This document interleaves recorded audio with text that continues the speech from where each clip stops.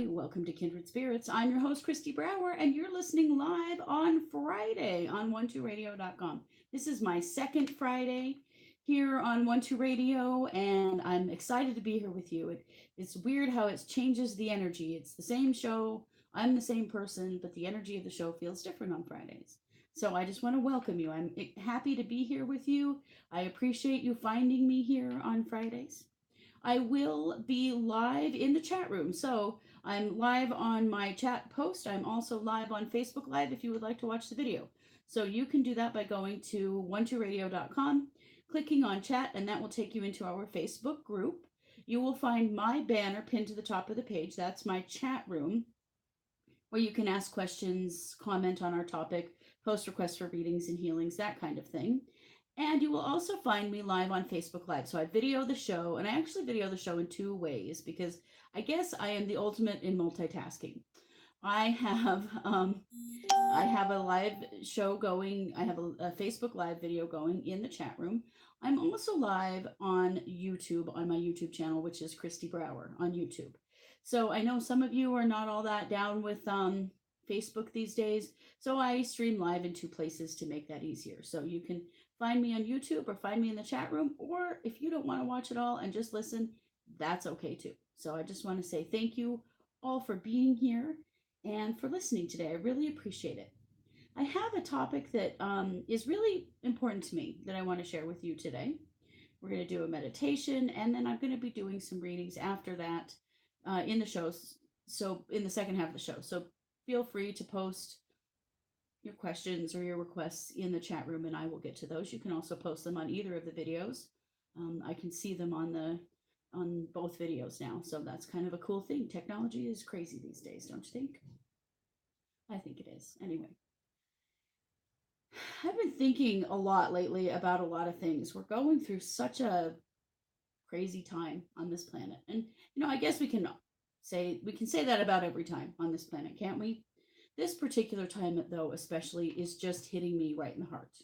There are a lot of things happening that are good. There are a lot of things that are happening that are bad. There are a lot of things that are happening that are painful.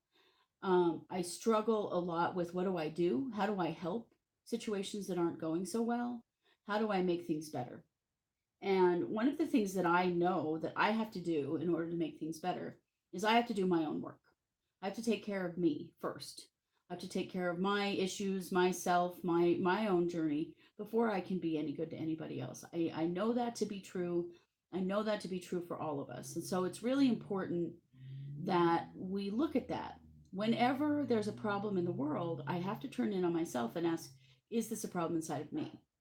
Do I have this problem? And I don't always. That's not always the case. But sometimes it is. And I think it's really important for us to begin to become aware of how do we take those problems that are happening in the outside world and change them inside of ourselves. Because if we do that one person at a time, we change the world, right? I fully believe that. So this week I'm going to talk about the sacred journey of the heart. You may recognize this article. It was originally published on Gaia.com a couple of years ago. But it's a message and a story that means a lot to me, and I felt like it was time. I have never really addressed this particular issue from this angle on Kindred Spirits before. So I republished this article in the Power Peak this week and in my own newsletter because I want to have this conversation with you about the sacred journey of the heart and what that means and what it means to all of us. So I'm going to start with a little story, as I generally do, and then we're going to work our way through into some things that we can do in understanding what the sacred journey of the heart is and what we can do for ourselves, how we can support that in other people. And then we're going to do a meditation that is a sacred journey of the heart meditation. And then I have a card for you and a stone for you, and then we're going to do some readings. So that's how it's going to go today. So as a young social worker, I worked for a program for survivors of domestic violence and sexual assault. This was an absolutely pivotal job for me in my career, in my own personal development, in my understanding of energy and trauma and healing. This job changed me in ways I cannot even describe. While facilitating a group for survivors of abuse, I proposed the idea that we are all exactly where we are supposed to be. Some of the members of the group nodded and acknowledged that their experiences had been an important part of their growth and assisted them in developing positive qualities, made them strong and who they are today. One member of the group turned an icy glare on me and said very loudly, "Why would I want to be in this place?" She went on to say that she was miserable, her life was terrible, and that everyone around her had hurt her and put her in this place. So I tried to respond with compassion and recognition and recognize that she just wasn't quite ready to look at her experiences in that different way. I also have to remind myself that I have a tendency to look at everything that way. I always have. It's just the way my brain works. I always turn things around into the positive. And I'm sometimes stunned by people who don't. And I don't want to discount that way of thinking or feeling at all, because I recognize that we are all in that place sometimes. But it kind of took me back for a minute. So I knew that she wasn't ready to look at her life differently, but I saw so many things in her that indicated that, in fact, in spite of the fact that she'd been through a lot of many painful things, she was a very strong and empathetic person. She was very supportive and kind to her fellow group members and was regularly stepping in to assist others when struggling.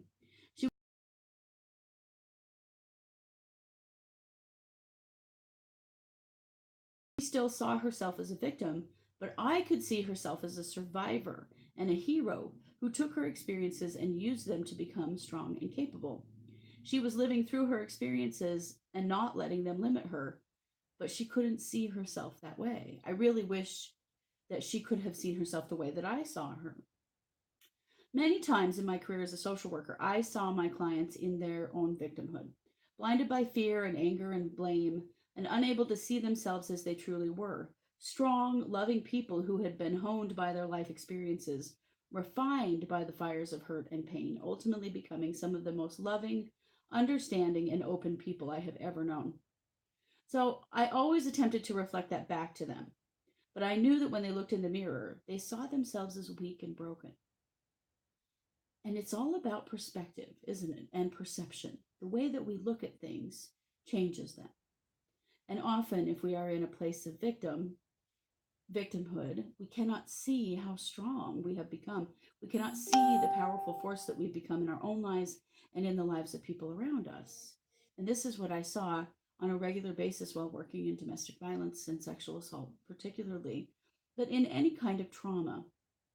Now, I'm not saying that going through bad experiences is a good thing. I won't go that far. But I will say that going through difficult experiences makes us who we are. The easy stuff is easy to get through. We don't have to learn any skills there.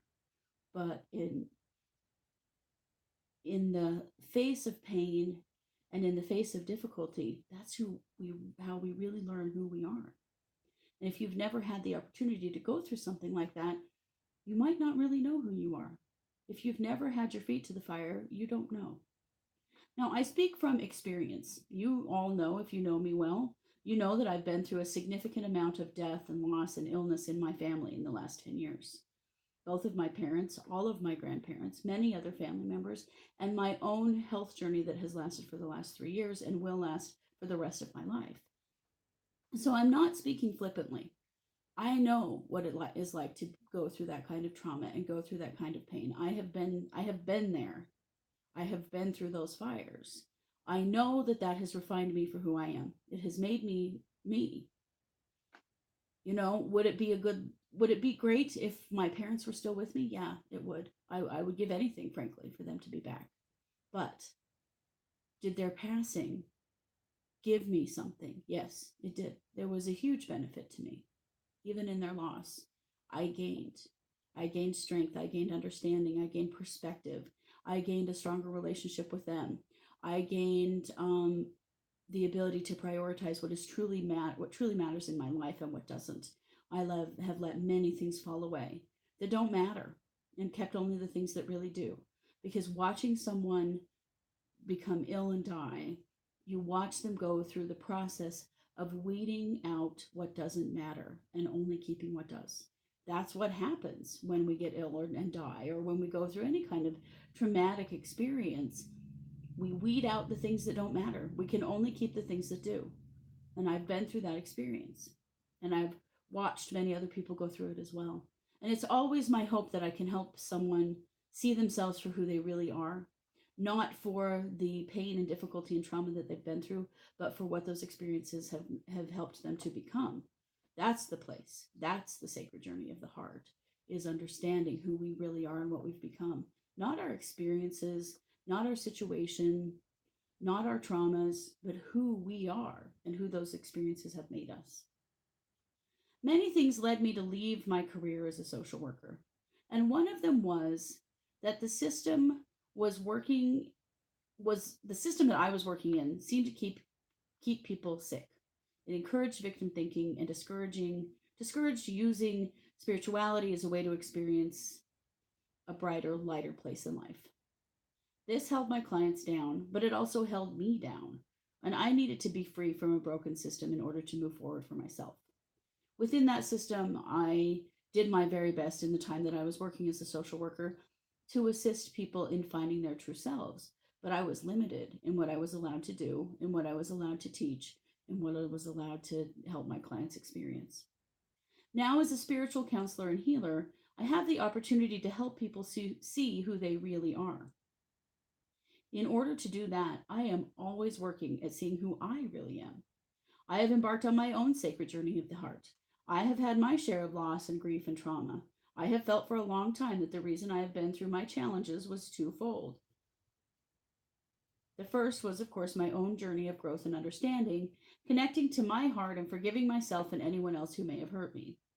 I choose to live in happiness and acceptance. I strive for understanding of the choices and behaviors of others. Ultimately, I know that everything in my life has and will happen for a reason. I choose to live in peace in my heart. I practice seeing my life from a larger, long-term perspective that does help me understand. It is a journey that will last all of my life and one I am blessed to be on. I could tell you my story here, reveal all of my old wounds, but why? They are healed now and just make me who I am. Now, I'm going to share one actually, because I've been through a very interesting experience. Some of you heard Teresa Seagraves on Elizabeth Lindsay's show a few weeks ago. She is a portrait medium. So Teresa is a medium she's an artist, and when she connects with someone, she draws a picture of them. And then, so when you have a reading with her, she sends you the picture, the portrait she's drawing of the person, and she gives you a message from them. And then you have the ability to compare photos, with the drawing in order to, confirm who it is you're talking to. So, as you know, I've had many people in my life cross over. And so, as I was preparing for this reading, I had all of these ideas about who was going to come through, and I was excited about it. And then, about 30 minutes before my appointment time with her, it hit me like a ton of bricks that the person that was going to come through is the one person in my life who has passed over that I would not want to see. My grandfather, my dad's dad, was a very challenging person. He was a very abusive person. He was physically abusive to his children. He molested my first cousin and went to prison when I was 13. Then he came out and spent another 15 years or so alive. He was an older man when he went to prison. And reoffended in a nursing home, had to be locked up in an institution until he died. He was a very challenging person for me. Someone who caused a great deal of trauma in my family, caused a rift in my family that still is not healed. All those years ago. I mean, this was 30 years ago that he went to prison. He was the one person that I really didn't want to come through, and I knew he was the one person who was going to come through. I have been avoiding him for the last 10-ish years since he died. I didn't see him the last 3 years of his life because he was locked up in an institution. I had no interest in seeing him. I did attend his funeral, mostly for my dad's sake. And ever since then, he has tried to come through to me. Now, if you know me, you know the work that I do. I'm working in spirit all day, every day. It's not like if somebody wants to come through to me, they don't have the opportunity because I'm always connected. That's part of what I do, is I stay connected all the time. And I have shut the door on him several times and pushed him away and told him, I'm not ready. I don't want to talk to you. You know, the damage that he did is still very real in my family. And I just wasn't quite ready to accept anything that he had to say. So, of course, given the opportunity to come through to someone else who didn't know better, who didn't know to shut the door like I always had done, he came through to Teresa. He came through to Teresa 15 minutes before I called her. She had already drawn a picture of him by the time I called her for her appointment. She said that's very unusual, but that he was so insistent and coming through so strongly that she didn't really have a choice. I knew immediately who she was talking about. The picture looks like him as a young man. And I don't have it here to post for you another time when I'll talk about this again at some point, and I'll share the side by side pictures. But that's not entirely the focus of today's show. I just wanted to share the story with you because this is another part of my experience that I am healing. That I feel like, okay, if he made it through, then it's time for me to focus on this. She didn't understand what was going on with him. She said he's on his knees begging for forgiveness.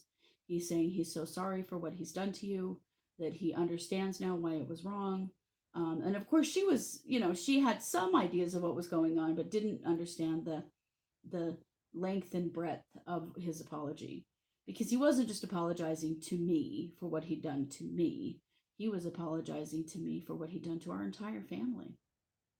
Because when he went to prison, he pled guilty when he was arrested. He made a plea deal and went to prison rather quickly.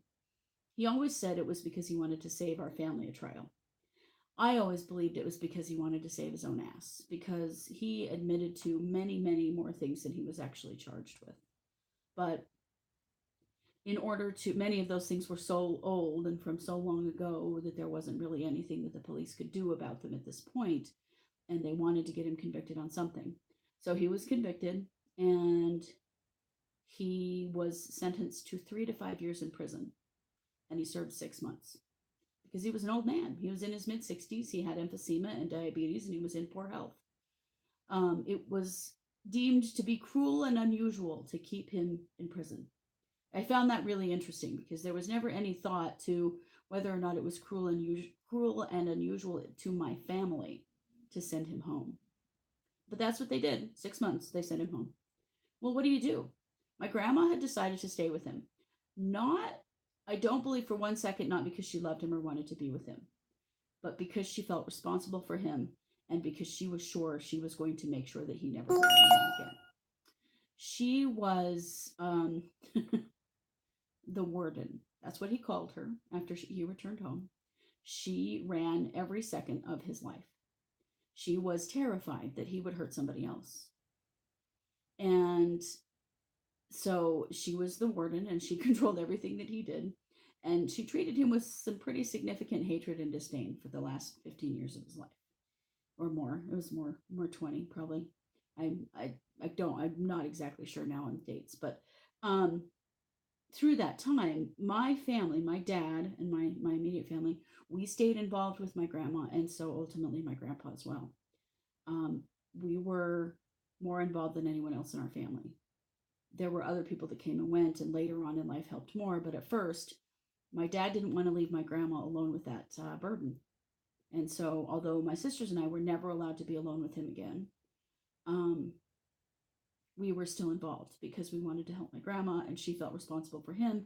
And it was just this crazy situation where everyone felt responsible for someone else, and we all ended up in this crazy thing because of his choices. So there was a big rift in my family because many people blamed us for staying involved with him, that we didn't believe my cousin, or that, somehow we were excusing what he'd done, which was never, ever, ever the case. We were there for my grandma, and because he was a human being and old and ill, we were there for him too. It was a really challenging experience for my family and for my dad particularly. And it was a trauma that has carried through into my whole life, really, in one way or another. And so when he came through with the big apology, which I knew that's what he was going to do because he tried it before, and there was a part of me that didn't want to accept it, still angry with him. But I felt like as a part of my own sacred journey of my heart, it was time for me to allow this, to accept it, and to move forward with it, because it doesn't help me to hang on to it. So I wanted to share that with you because, we're all still working on this sacred journey of the heart, aren't we? So here are I've answered some questions about what is the sacred journey of the heart. It is a journey through your past hurts, a chance to really feel your feelings and release anger, guilt, and fear. So it's a process of forgiveness of yourself and anyone else who has harmed you, and an opportunity to truly connect with your heart.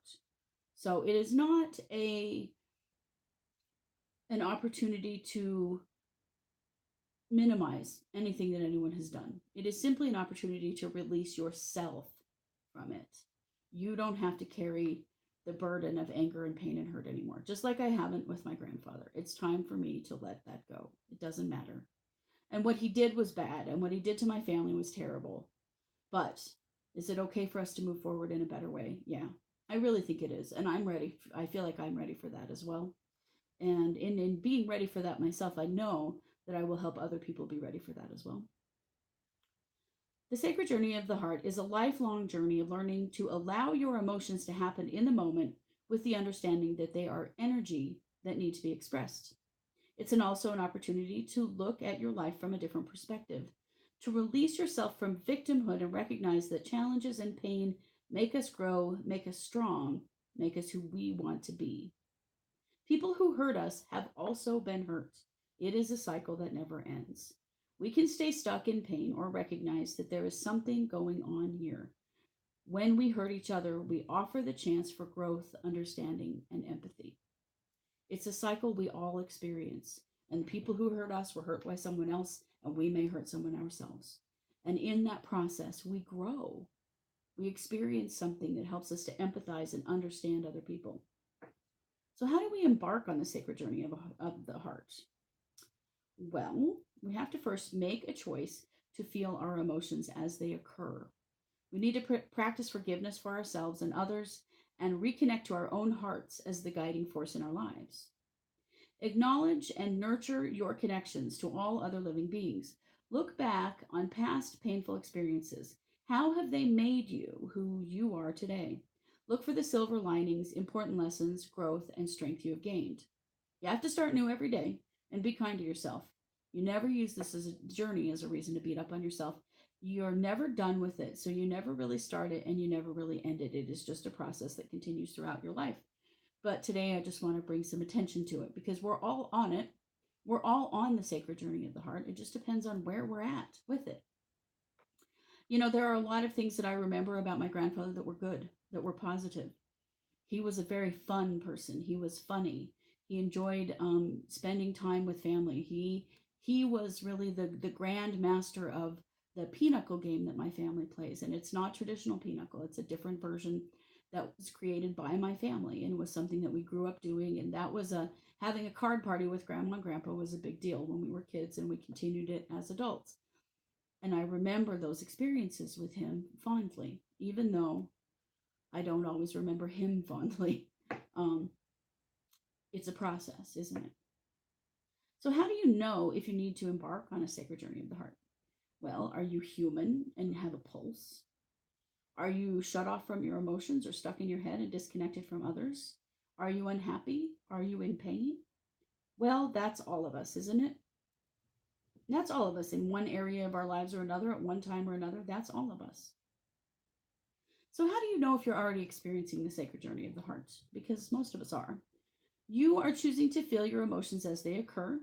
You are open to your connections with others. You are learning to see the big picture, understanding why we choose our experiences for our growth, forgiving others in order to free ourselves from the bondage of victimhood.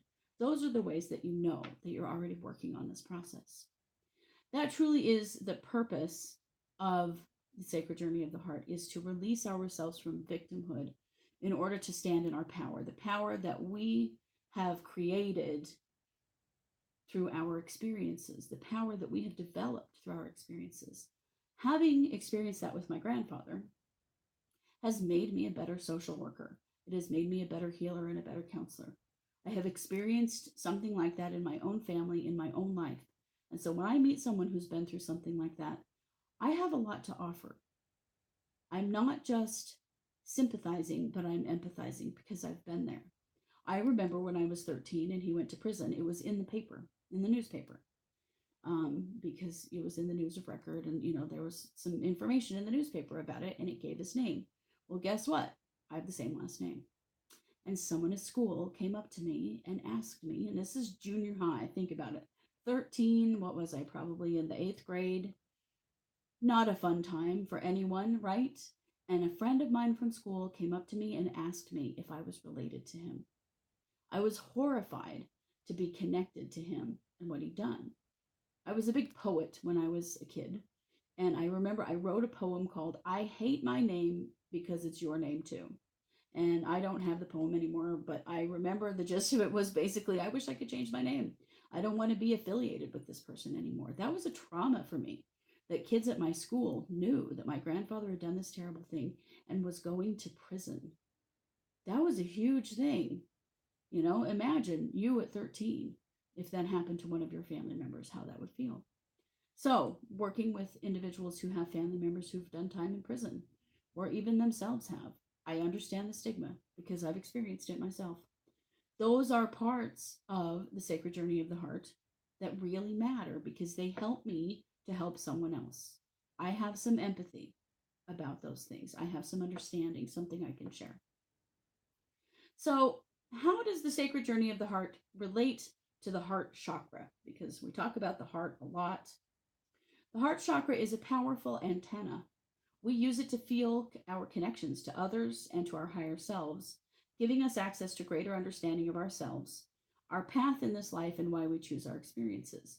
So, who we really are, because there's a part of our souls that animate these bodies, but then we also have our personalities and our egos that are really just a part of this physical reality. And then we have our divine selves. And understanding that and being connected through the heart chakra is really important. It helps us keep perspective about why we're here, who we are, what brought us to this point, and what we're doing with that. When we live as heart centered people, we trust ourselves as the divine creator of our experiences. We feel the truth before our minds can know it, and we experience the divine web of life, the connections we share with all other living beings. So that's how it connects to the heart chakra. Sorry, I'm going to fix this really quick. I got kicked off the live video on Facebook, so I'm just starting a new one. So hopefully you guys can see that. If you have trouble watching that, you can go over to YouTube if you want to watch it there.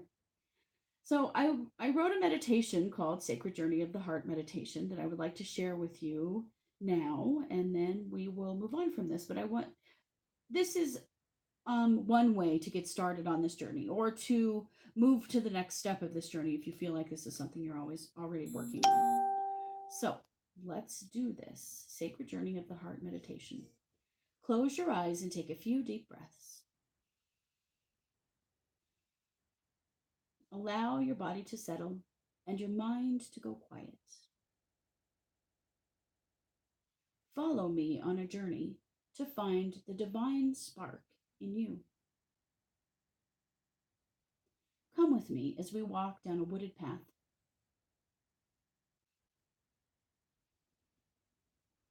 Feel the cool air on your face and hear the pine needles crunch softly under your feet.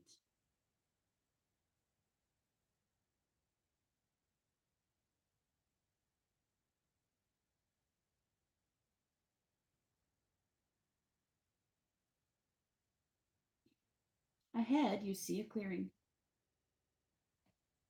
Standing in the clearing is a beautiful gilded mirror.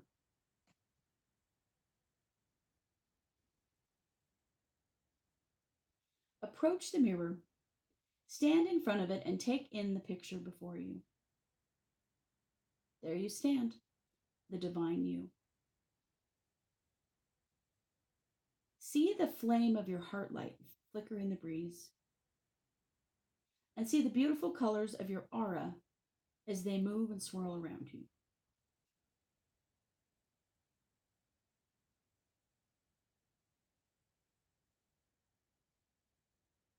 And now see the powerful red cord of energy that connects you to the earth.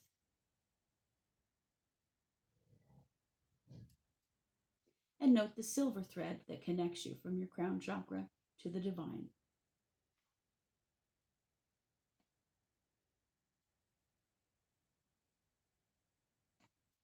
Now see the gold cord emanating from your heart. Follow it as it stretches out beyond you. See the billions of heart lights that connect to your heart cord. Feel the love that emanates from each of those hearts and feel the connection that you have to all of the others. This is the web of life that connects all of us at the heart, shows us who we are in the mirror of other people, gives us the opportunity to learn and grow and experience pain and trauma and love and compassion and joy and happiness from ourselves as well as our connection to other people. Just take a moment to experience that, to perceive that connection that you have from your hearts to everybody else in the world.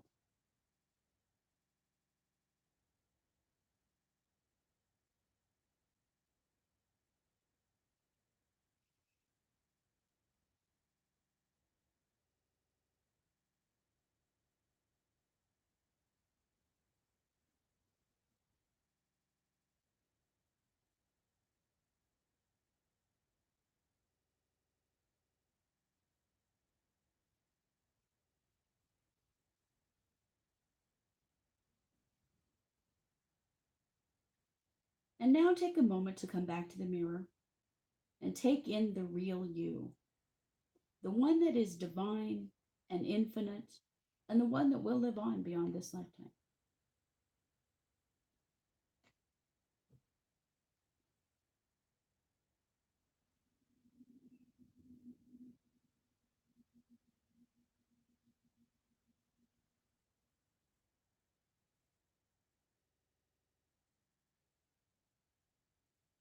And now, take a moment to commit to yourself, to your heart.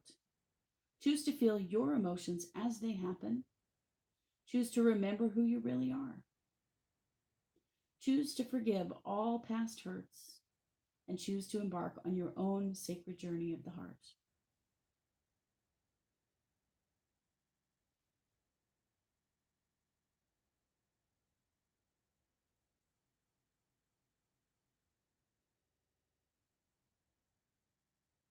And now, when you're ready, join me as we walk back up the path, breathing in the scent of the trees and feeling the sun on your face. Take 3 deep breaths.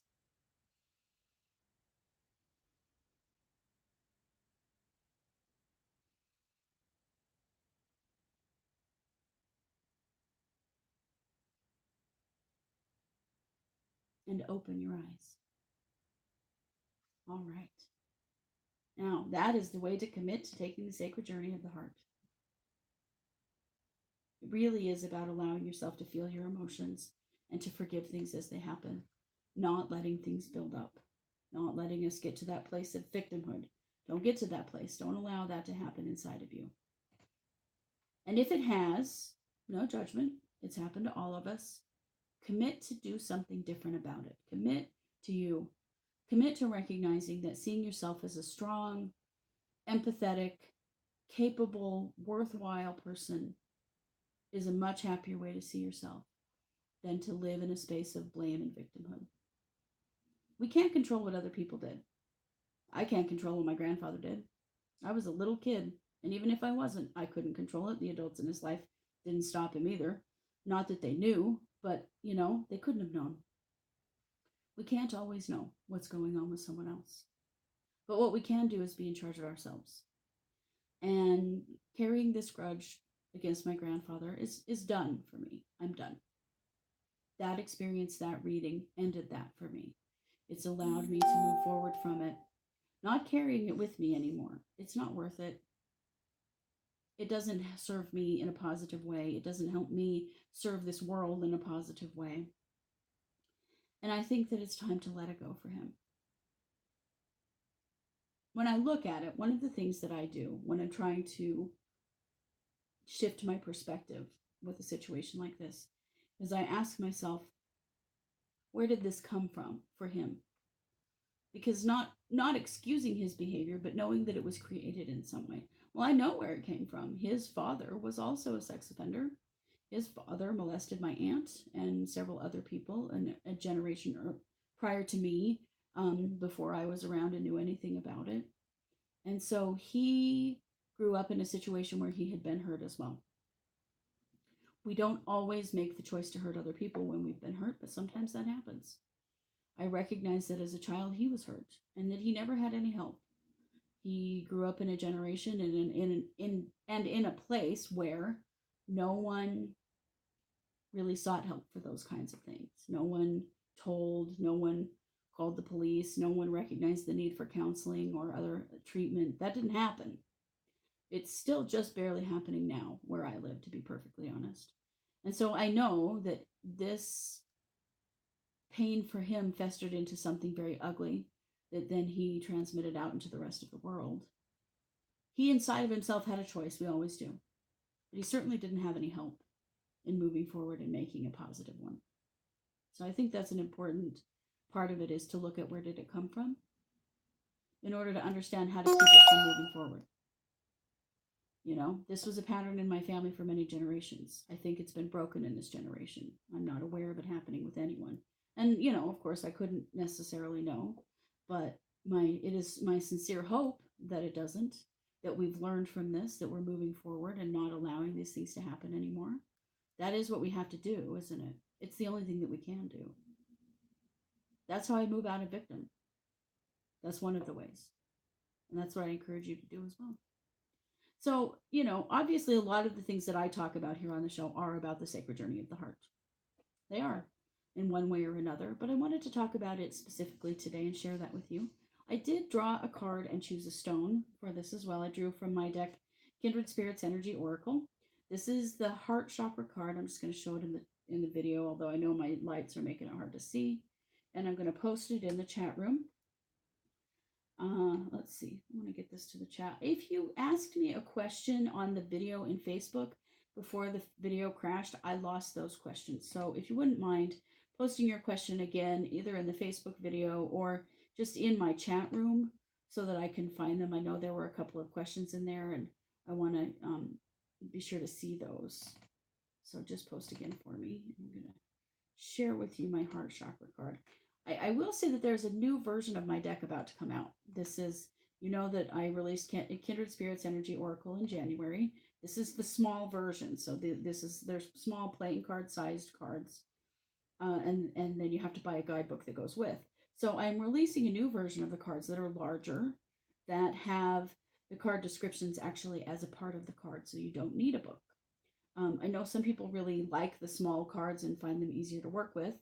But other people would appreciate having the card descriptions on the card itself. So I'm going to make both of those available. I'm almost done with the editing and the graphics side of it so that I can get that out. So I will let you know, but here in the next month or so, I think I'm going to be launching that. So if you want to pick up the larger deck, I'll show you how to do that. So the heart chakra, when we think about the heart chakra, and when you draw this card in my deck, the primary message is about self-love, relationships, emotions, connection to people, and unconditional love. That's the balanced energy of the heart chakra. Now, the challenge with the heart chakra, we can experience self-loathing, strings attached relationships, fears of commitment, and avoiding emotions. Those are all challenges that come up with the heart chakra. The stone for the heart chakra is ocean jasper. This is my favorite heart chakra stone, is ocean jasper. And there are many. I love them all.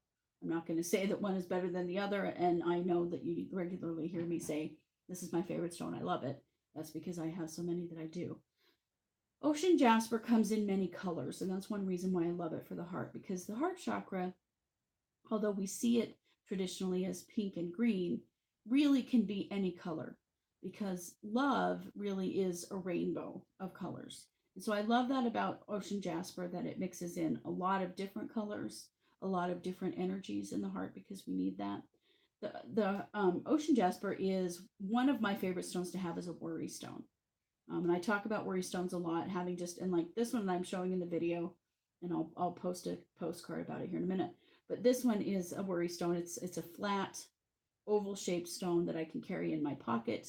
It's a great one for if I'm struggling with anxiety or I'm working on, dealing with a trauma or releasing an energy or forgiving or something. I use ocean jasper. I keep it with me and hold it in my hand. As you know, with stones, you need to place pressure on them or change their temperature in order for them to release the energy that they hold. And that's how they benefit you. So carrying it in your pocket and using it as a worry stone is a great way to do that. It causes the ocean jasper to release its energy, which is what we need. So I'm going to share a postcard of it here in a minute. The meditation on the heart chakra card is I love myself, I am at peace. That when we love ourselves, when we accept ourselves, when we allow ourselves to be, we will find peace. Let me post this picture of the ocean jasper in the chat, and then I'm going to get to some of your questions. I'm thrilled to be here with you guys today. It's funny because I have more time to think about my topic doing my show later in the week. I sometimes go a little bit different place with it just because I can. Like, I don't even know how to describe that necessarily because I turn in a Power Peak article on Saturday and that's usually my show topic. Well, so I do that on Saturday. Now I have all the way to Friday before I do my show, and I do my newsletter on Wednesday. And so it always kind of morphs and grows and changes a little bit in that time, which is fun for me. I'm enjoying it a lot. So I did post a postcard of Ocean Jasper in the chat if you're there. Ocean Jasper encourages self-love and acceptance, and that's really a big key to the sacred journey of the heart and getting out of the space of victimhood is loving ourselves, accepting ourselves, not staying connected to what happened, but staying connected to who we are. Ocean Jasper helps to heal trauma and encourages positive relationships. So if you don't have any, I encourage you to get some because it's a really powerful stone to help with this process. Okay, I have a few minutes left. I want to get to some questions. Beth says, I have personal experience with having boundaries violated as a child, and it affects my relationships as an adult. I've avoided relationships for many years because of it. I'm open to and desire greatly to explore relationships now. Might you have any messages for me? Yes, I do, actually. Beth, why don't we do this? What I would like to do, and I'm going to share the link to this in the chat room for those of you if you want to pick this up later from me over at One to Listen. Let's do a trauma cord clearing. So a lot of the energy healing work that I do is about trauma because in listening to me talk, you know why. I have a lot of experience personally and professionally with trauma. And one of the things that I know to be true when I work with people and take a look at the energy body is that we cord to traumatic experiences. There is a connection. It's like we plug in a part of our energy bodies to that experience. And until that cord is pulled, we continue to re-experience it in one way or another. We carry that throughout our lives. And so I use the analogy of it's like you have a balloon tied around the string of a balloon tied around your wrist. And the balloon, you know how if you have a balloon tied around your wrist, you can always see it, like it's always in your peripheral vision. That's what it's like to have a traumatic experience that you are still connected to. It's always in your peripheral vision. It's like it's still happening even though it was 20 years ago. It's like it's still present with you. Most of our experiences move into our memory, which in an energy sort of way is kind of like behind us rather than in the corner of your eye all the time. So I do a clearing. I do an energy clearing that is a trauma cord release to let the balloon go, release the energy connection, the cord that you have to the experience itself, so that it can move into your memory rather than in your peripheral vision. Is very helpful in moving forward with it. I always recommend that if you feel like you need to see a counselor or a doctor around this particular issue, please do. But I think that the energy clearing aspect of it, the cord pulling part of it, is really, really important. So Beth, let's just do that for you really quickly. So I'm going to just reach out to Beth here for a moment regarding this particular issue. And we're going to release Beth's trauma cords. We're going to release the balloons from around her wrist so that they are not in her peripheral vision all the time anymore, that this traumatic experience isn't always sort of at the edge of her mind or out of the corner of her eye, that it can move into her past behind her. And I ask that this be released in all directions of time, so that this experience no longer becomes a timeless event that stays current with you wherever you go, but becomes a part of your past. So we're just going to pull those cords. I'm going to transmute that energy and release it from you. There we go. So, Beth, I think that you will find that some of the day-to-day impacts, like this, the sort of trauma, post-traumatic stress kinds of responses that can happen after something like this, are going to lessen. And that could just mean that you don't think about it as much. And as you don't think about it as much, it's easier to move forward in relationships, okay? If you would like more help with that, please look me up at When to Listen. I have email readings that help with this. Of course, I have time-based sessions. I'm available on the phones and by chat. Anytime we can work on that particular issue. But we've taken the first step today, which is to clear the trauma cords. And that's a very important part of it and a big step in moving forward with it. So thank you very much for your question and for allowing me to help you with that today. Okay, Oriana says, Christy, I've been feeling that I need to write a letter to my Uncle Phil to tell him how hurt my brother and I felt, not being told when our Aunt Maggie and Uncle Jim had died. They were brother and sister. We were very close to them, and we were not told because of a family rift. What do you think? I've had dreams of my Uncle Jim. Oh, Oriana, yeah, that would be a very traumatic experience to have a death in your family. I do feel like it is the right move for you to write a letter and say how you feel. This is a standing up for yourself. This is a validation. Don't make it an attack on this person, but simply tell him how it hurt you, that you were left out, and that family rift or not, that you have the right to know when something happens to your family. I feel like it would be a good move for you in taking back your power and standing in your own strength to tell this person how their actions affected you. Now, I say that in that it will be good for you to stand up for yourself. Will it be received in a positive way? Potentially not.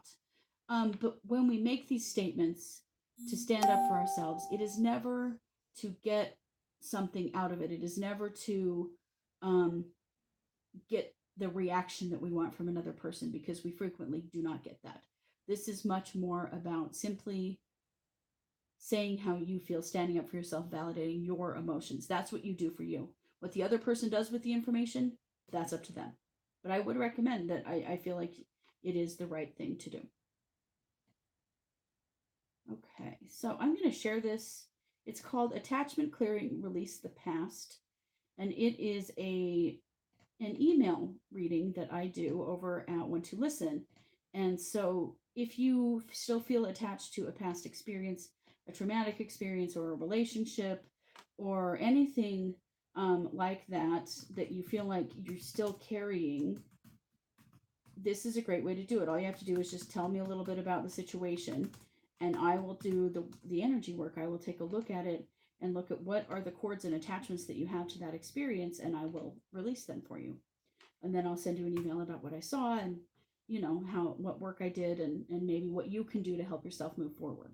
So that is a great way to get some help with this issue. So I encourage you to do that. And you can always find that over at whentolisten.com. Just find me, Christy Brower. It's under my email readings, but I did put it in the chat as well. Let's see. I just wanted to get to some comments in the chat room. Katie says, my painful experiences make me who I am today. Yes, they do.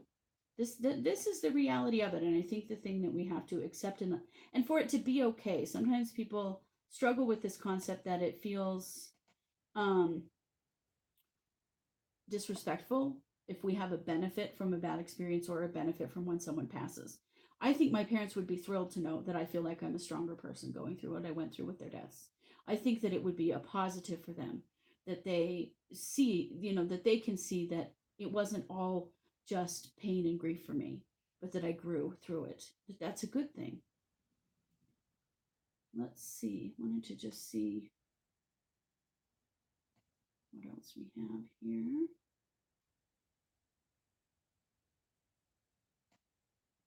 Okay, so Sandy's got a question. I'd like to ask for some guidance on how to stop fighting how I am feeling for, and then she gives some initials. Ah, okay. Well, first of all, Sandy, I think that you have a conflict here. This sounds like some mental conflict, and we go through this sometimes to help us grow. So there's a part of you that has feelings for someone, and there's a part of you that doesn't want to. So you first have to look at why. Why is it that you feel the way that you do, and validate it?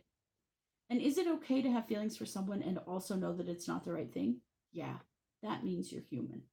I would suggest that we pull your heart cords to this person. I don't have enough information to be able to do that. If you want to post in the chat or give me a call at One to Listen, I feel like we could do that. Sometimes what happens is that your heart cords need pulled. So if you're still corded to someone at the heart chakra, even though you're no longer in a relationship with them, you may be feeling information, feeling their heart energy coming back and forth along that cord, which is a pipeline of emotional energy, and it creates confusion and conflict inside of you. So I would suggest that we do that in order for you to have some clarity about whether or not this is a good thing. That's up to you. But in order to have some space from their energy in order to really decide what it is that you want. So I would love to do that with you, and that's something that we can do through that attachment clearing as well. So let me know if you want to do it that way, and I would be happy to help you. Let's see. Sorry, guys. Every time I scroll, Facebook just keeps jumping around on me, so I'm having trouble finding. Kathy says, loved hearing your insights in meditation this morning. Would love to hear a message for me from the universe if you hear anything. Lots of changes going on, good motion, just need some insight if you have time. Absolutely. Kathy, let's see what comes up for you. So lots of change happening. Okay. So the first thing that comes up is that it's important in a time of change to not dig your heels in, to allow change to happen. Sometimes we don't know why change is happening. Sometimes it can be scary or difficult. It can be something that even though we want it, we kind of don't want it. You get in that mental conflict place again. I feel like for you right now that using the word allow is very important, and to remind yourself, I am allowing change. I don't know what the final outcome will be. I trust that it will be the right thing, and allow change to happen. Just allow it to slowly move forward in your life. Don't dig your heels in. Sometimes we ask for something, and then as soon as we start to get it, we dig our heels in and try to stop it because we want something, we want the final outcome, but we don't want the changing and the transition, all the steps in between.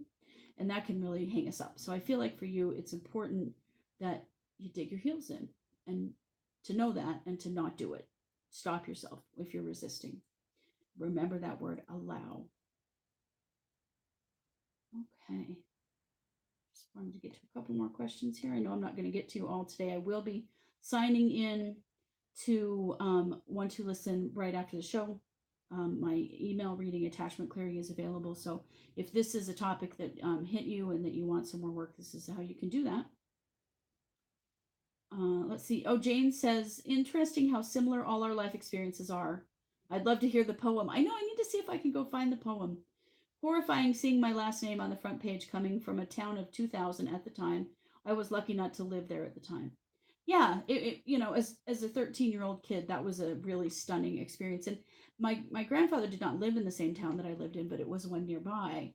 And so it was close enough that a student, a friend of mine from school, actually, her parents saw it and told her. And that was very horrifying to me. It was not a fun experience, but certainly helped me to realize that I have to develop my own identity. That when people hear my name, I don't want them to think of what someone else did. I want them to think of me and what I've done. I want to make it a positive. And I do have a last name that in certain communities in this area is very familiar. I want people to remember me for me and not remember me for what other people have done. That I learned that lesson from that. Okay, guys, we are out of time. I just want to say thank you so much for being here, for listening, for watching the video, for participating in the chat, listening to One Two Radio. If you're in an archive or a replay, thank you for being here as well. You can always find me at one2listen.com. You can also learn more about me at christybrower.com, which is my website. Sacred Journey of the Heart meditation is available on my website. Is the featured meditation this week, so you will find it in the toolbar under featured meditations. Thank you